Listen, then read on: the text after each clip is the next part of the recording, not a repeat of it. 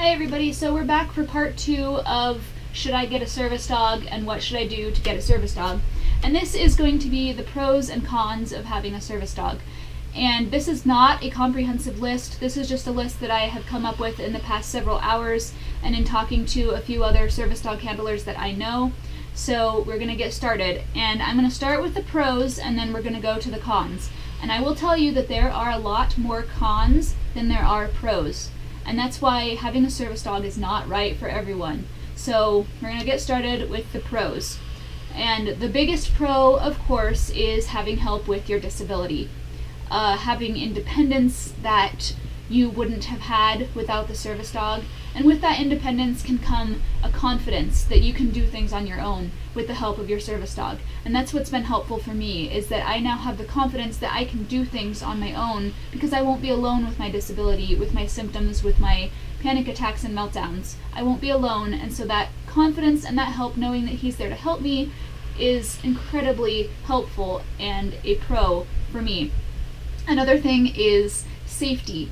And that's a big one. It's not as big for me because my life is not very often in danger because of my disability.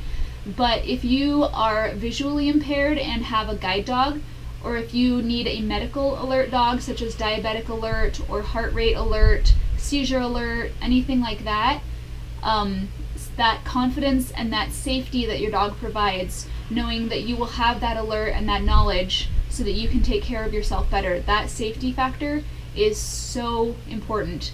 And say with guide dogs, like guide dogs are one of the biggest safety helps to a blind person because they give them that confidence of my dog isn't going to let me trip on a curb or walk into traffic or hit my head on an overhanging branch or something like that. So that safety that a service dog brings is a huge pro. You get all of the benefits of pet ownership plus more with a service dog. So you get the cuddles, you get the fun, you get, the companionship, the love, the loyalty. You get all of that with your service dog, of course, because you get that with any pet. You get to meet new people. You can find service dog handlers in your area and do meetups and training with them and have people with commonalities that either just are common for having a service dog or possibly that have similar symptoms or disabilities. And so you get that community, and it's a really fun community if you find the right people. There are some people that are pretty toxic, but I feel like that happens in every community. So you can find some good people in the service dog community if you look for it. Another thing is that a service dog can sometimes bring a little more respect for a disability. For example, one example is an autistic child with the adult and the service dog. People will respect more that the child is disabled because the child has a service dog, rather than if the child was just having a meltdown in public and it was just the parent and not the service dog trying to help. So you get sometimes a little bit more respect with that. But also with that can come some judgment and people being rude. That can also be a con, because a lot of times when you're like me and you have an invisible disability that you can't see, people will judge you, won't think that you're disabled, will think that you're faking it. So that's kind of a con as well. So that respect of acknowledging that yes, you are disabled, that can be a pro sometimes, but can also be a con. Another pro that can also be a con is educating the public on service dogs. Some people love to do this. Some people know the laws like the back of their hand, which if you are planning to get a service dog, you should research your laws. Research federal laws, state laws, every law you can. Know them like the back of your hand because you will need them to support yourself and to stand up for yourself. But some people really like to educate about service dogs. Sometimes if I'm having a good day, I like to. Sometimes I don't, and that's why it's a con. So we're going to get into the cons now, because there are a lot of cons, like I said, and this is why service dogs are not right for everyone. So again, I mentioned in the first video on part 1 is expenses. Expenses are something that's really important to think about, because a service dog isn't just a pet. They are legally considered medical equipment, and that is why they are allowed to go places that pets are not allowed to go. So they have a lot of expenses. Not only is buying a well-bred puppy sometimes expensive, but you also have veterinary care, you have gear, especially if you have a larger dog. If you need mobility harnesses can be kind of expensive.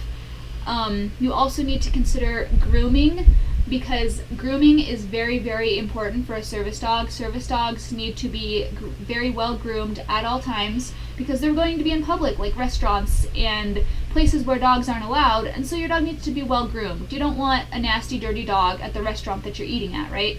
So you'd have to consider grooming costs in with your finances when considering a dog. You have to consider, how much is it going to cost for me to go to the trainer and work with a trainer? How much is it going to cost to do a board and train if I'm not able to train myself? So there's so many finances that you have to think about. A really, really big thing that's a big con is the extra attention that you get when you have a service dog. Especially when you're training, when you've got a young puppy, it's even more so. But with a service dog, you are going to get attention. I cannot go anywhere with Kismet without people either talking behind my back or straight to my face about, oh, he's so pretty, or he's so handsome, or oh, what a great dog, or is that your service dog? Or like, I get comments everywhere I go. I can go in somewhere for 5 minutes and have 4 people that say something about my dog. I get so much extra attention.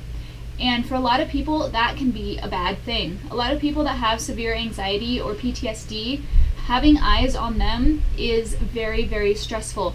And having a service dog, you will always have eyes on you. You will always be noticed in public.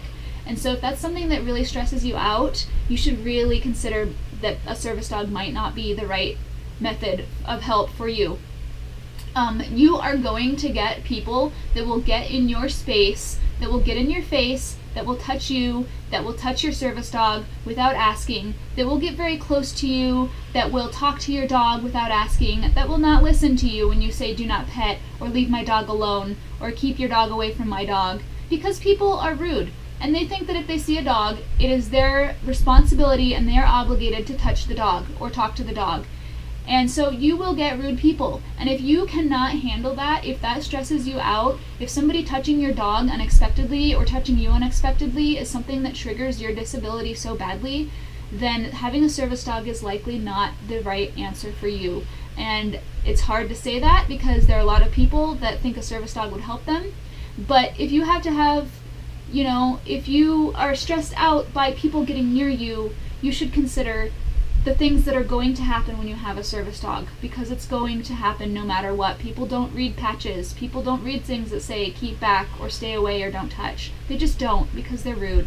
So another thing is that you have to be able to stand up for yourself, and this is something that's taken me years to be able to do. But if a business says, hey, you can't bring that dog in here, you have to be able to say, actually, yes, I can. It's a service dog. Here are the laws. This is why I'm allowed to be here with my service dog.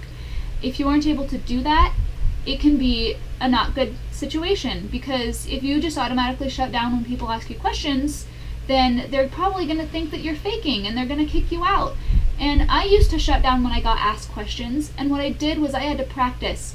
I had to find friends that I could be like, hey, can you ask me the questions that businesses are allowed to ask? Which is, 1, is that a service dog required because of a disability? And 2, what tasks or work has that dog been trained to do to assist your disability? Those are 2 questions that can legally be asked of you anywhere you go with your service dog. Most places don't ask those things, but you have to be prepared to answer those questions and not be stressed out by them. So you have to be prepared for confrontation, for people to tell you that you're not supposed to be there with your dog. You also have to be prepared for distractions. And like I said before, it can be a con to have a dog that you depend on so much for your safety, such as a guide dog or medical alert dog, because dogs are not robots. And as much as you can try to bomb-proof your dog and to train them and expose them to every little thing, they can have off days, they can be not feeling well one day, and they're dogs, they're not robots. So they might, get distracted by something one day. You might have a little kid run up and come into your dog's face and they get excited. They're dogs, it's gonna happen. So that's a con, is that if you depend on your dog for your safety, such as medical alert or a guide dog or something like that, and a distraction happens, that can be a struggle for you, that can be really dangerous for you. So you have to think about that, because there are going to be people that have brought their pets into places that they shouldn't be and are going to be aggressive or lunging or distracting to your dog. or there's going to be children running around, or there's going to be a horse walking by, or things like that. So you have to consider that your dog can be distracted, and have to think about the ways that you can prevent that, but also, is that going to be harmful to you? So Kismet this week has been not feeling very well. We went to the vet yesterday and he's doing a little better now, but he has not been feeling well. And so since we're having a pandemic right now and I'm not going out very much anyway, it doesn't really matter. But another con that you have to think about is your dog always comes first. If your dog isn't feeling well, you're not going out. If your service dog is sick, you don't want to go to the store and have your dog get sick in the store, because that's just not good etiquette, and it's not really fair to your dog either to work them when they're sick or injured or anything like that. So you have to think about, are you able to handle it when you can't go with your dog? Can you stay home with them? Do you have someone else that can stay home with them? Are you able to send them to board and train, to take care of them, to train them while you are sick? You know, you have to think about those things. You have to think about your dog first. Your dog's training always comes first. Let's see. So what are you going to do if your dog doesn't work out? Casey, my first dog in training, did not work out, and it took me several years to find another good dog that would work out for me. So what happens if you're training your dog and all of a sudden something happens and your dog just isn't a good service dog candidate anymore? What are you going to do? Are you going to be able to handle that? So that's something else you have to think about. You also have to think about, and this is something, Kismet just has a simple bellyache, very simple, he's gonna be fine, but my anxiety brain is like, he's sick, he's got a chronic condition, he's not gonna be able to be my service dog anymore, my independence is gonna be gone, what am I gonna do? So you have to be able to think about those things too. If your dog is, you know, it gets sick, or natural things that happen to a dog, what's gonna happen, you know, what are you gonna do? Another thing is that service dogs get attacked by pets all the time. Whether it is in a regular store where a pet should not be, or out on a walk, or something like that, service dogs get attacked by pets. If your service dog is attacked by a pet and is not able to recover either emotionally or physically, you don't have a service dog anymore. So that's another thing that's a con, is that people abuse the system so much, and you are going to run into either fake service dogs or pets that are not supposed to be where your service dog is, because it's not actually a service dog or isn't well trained enough. So you have to be hyper vigilant. I am always on the lookout for other dogs. I can spot another dog across the store before my dog even sees it, and I avoid it like the plague, because you don't want to use a stranger's dog to train your dog around other dogs to see what happens, because you have no idea what could happen. I have a friend that I'm going to do a video with at some point that her dog has been attacked so many times that it can no longer be a service dog, because it has been attacked by pets and cannot mentally recover from that. The dog is now a little bit reactive and afraid of other dogs, and a service dog can't have that happen. So you need to always be hyper vigilant and be just, your dog is not to interact with other dogs in stores. And that can be really stressful, especially in stores like Walmart that really don't care about what kind of dogs come in and out. And so I don't like Walmart. That's a whole different story. But that's something you have to think about, is another dog, another one negative incident with one dog could ruin all of your hard work, all of your training. And that's something that is always on a service dog handler's mind, and it's always stressful. You also have to think about the extra time that it's going to take you to go places and the extra planning. So it's kind of like having a toddler, because your dog has to have all of his gear, his boots, his harness, his poop bags, his water, his food, you know, all the things you have to bring with you when you have a service dog every time you go somewhere. You also have to think about when you get to the store, it's not just, I'm going to run into the store real quick. It's, I have to gear up my dog. I have to let my dog potty before I go into the store. Then I get to go into the store. Then when I come out of the store, I have to let my dog potty again. Then I have to take his gear off, and then I have to put him back in the car. So there's that extra process that it's going to take extra time anywhere you go with your dog. There's also the thought of, is it feasible to bring my service dog where I want to go? For example, if you want to go line dancing and do a barn dance, or if you want to go ice skating, or if you want to go rock climbing, how are you going to bring your service dog to those activities? And if you can't bring your service dog to those activities, what are you going to do with your dog in that time? Is your dog kennel trained, which it should be, that it can stay in the kennel for a few hours, or do you have somebody that can watch your dog for you? What are you going to do when you aren't able to bring your dog?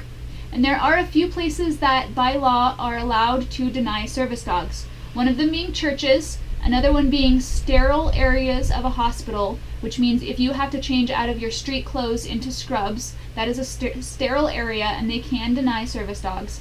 And you can also be denied to certain areas of like a zoo or animal park, anywhere that's going to substantially affect the business or what is going on. So if your service dog is going to be scary or harmful or is a prey animal for zoo animals, you won't be allowed in that area. So you have to consider, what am I going to do when I go somewhere that my service dog can't go or can't feasibly be? And another thing is, where do you work? Is a service dog a reasonable accommodation at your job? And the thing to consider is a lot of jobs aren't. If you work in food service, it's not usually a reasonable accommodation to have a service dog in food service, because again, you're working with food and nobody wants dog hair in their food, as well groomed as your dog might be. So that's not necessarily a reasonable accommodation. A lot of places, if you are looking for jobs, won't hire you just because you have a service dog. And no, that's not legal, but it happens. So that's another thing you have to think about, is how are you going to work and have a job while you have a service dog? So another thing to think about, let's see, is training. So even after your dog is fully trained, training never stops. You always have to be prepared for new training situations. For example, something spooks your dog and you have to suddenly work with them and make sure they're comfortable with that thing before you move on. Or you have to upkeep training, task training. Training is always an upkeep and it's always happening. So are you able to continue that training no matter what happens and always upkeep your dog's training? What happens if you get really sick, if your disability gets worse or gets really bad and you have a week or 2 weeks or a month or a year where you aren't able to properly care for your dog? Do you have a board and train that you can send your dog to? Do you have a family member that can maintain training? Are you going to be able to take care of your dog's basic needs like feeding and going out to the bathroom and again maintaining training while your disability gets bad? You have to think about those things because you're going to have your dog for its entire life. It's not just I need it for 6 months and then in 6 months I'm going to be in bed for 6 months and can't take care of a dog. You always have to again put your dog's needs first. Let's see, you also have to think about the size of your service dog. So if you have a large breed dog, or like Kismet, he's pretty large, or if you have larger than him, you have to think about space. Is my dog going to fit where I'm going? If I'm going to a restaurant that only has bar top seating, how am I going to be there with my service dog? If you have a small dog, you have to consider your dog's safety. Am I going somewhere where it's crowded where my small dog might get stepped on? Am I going somewhere where people aren't going to like that I have a small service dog? And that's the thing about small service dogs, and it really sucks. But you have to consider if you need a small breed for your service dog, and that's fine, because any breed can be a service dog, but small dogs get a lot of flack and get a lot of disrespect because people think that small dogs can't be service dogs. So if you have a smaller breed, you have to consider that you're going to get more attention and you're going to get more disrespect for having a small service dog. So you have to think about the size of your dog and how is that going to work with where you're going, your dog's safety, how is it going to fit, are people going to accept the size of my dog? All those things are things that you have to think about. So yeah, that's my list of cons that I have on having a service dog. And like I said, it's pretty long. There are a few pros, but there are more cons. And that's why I tell people you really need to consider whether a service dog is right for you, because there's a lot that goes into it. It's not just I'm going to take my dog everywhere and suddenly my dog helps me. It's a very long process of training your service dog, and even after it's fully trained, there's a lot that goes into it. There's extra attention, there's confrontation, there's very rude people asking very rude questions, and I'll probably do a video on that at some point about the horrible, rude things that have happened to me just because I have a service dog. But yeah, so that is part 2 of my video of things to consider when considering getting a service dog. So thanks for watching, and I know the video is getting long, so part 3 will be coming up at some point on how to find the right puppy to start your owner training. So yeah, thanks for watching guys, and we'll see you later. Bye!